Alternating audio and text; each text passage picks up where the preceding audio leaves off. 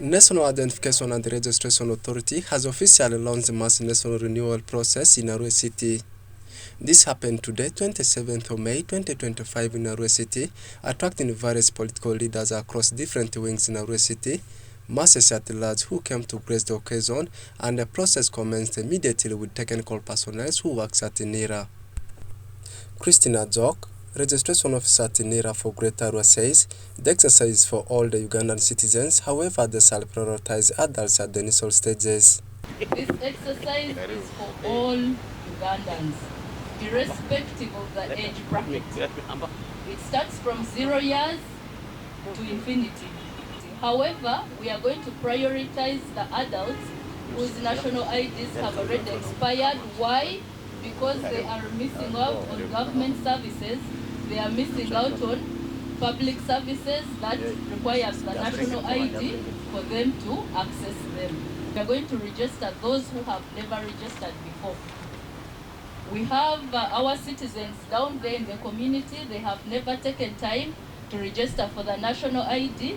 They will be able to partake of this exercise. These IDs have a lifespan of 10 years.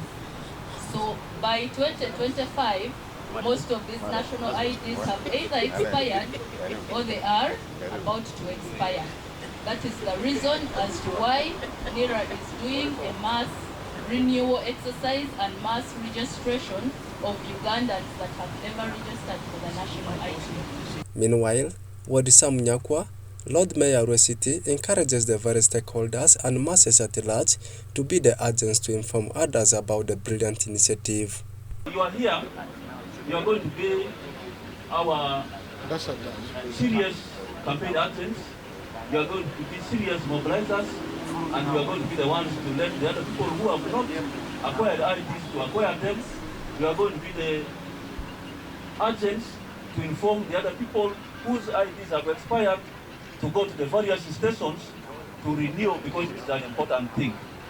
Otherwise, without the ID, you are not going to access any government service. And when you don't access that, you only have yourself to blame. Whereas Honorable Atima Jackson Libuti, Member of Parliament Arua Central Division, urges the public to desist from filling false information on the ID and further cautions some financial institutions who confiscate people's IDs for lending money for them. I want to urge the public, the change of particulars should be genuinely done. If you understate your age, if you overstate your age, just because there is a leeway, there's an opening for that, it will be criminal. I want to join my RCC in cautioning and warning people, especially those financial institutions who take away this government property, this national ID as collateral, to lend monies to people. This has reached the head of state. The president, while with us in Entebbe caucus, warned the money lenders. Actually, I want to sound this warning again.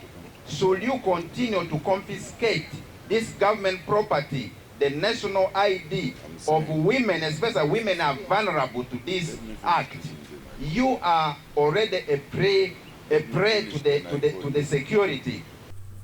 Salim Kumaket, resident city commissioner Arua City, laments by saying the IDs are not for political reasons, but for accessing government services. National Identification and Registration Authority is a Ugandan government agency. This national ID we are renewing, we are allowing citizens to acquire today, is not for political reasons. It's not for campaigns. It is to enable you acquire essential services of government. It's to enable you to go to the bank. It's to enable you to go to our medical facilities. It's to enable you to travel within the East African community without requiring the services of a passport holder. So this is not about politics.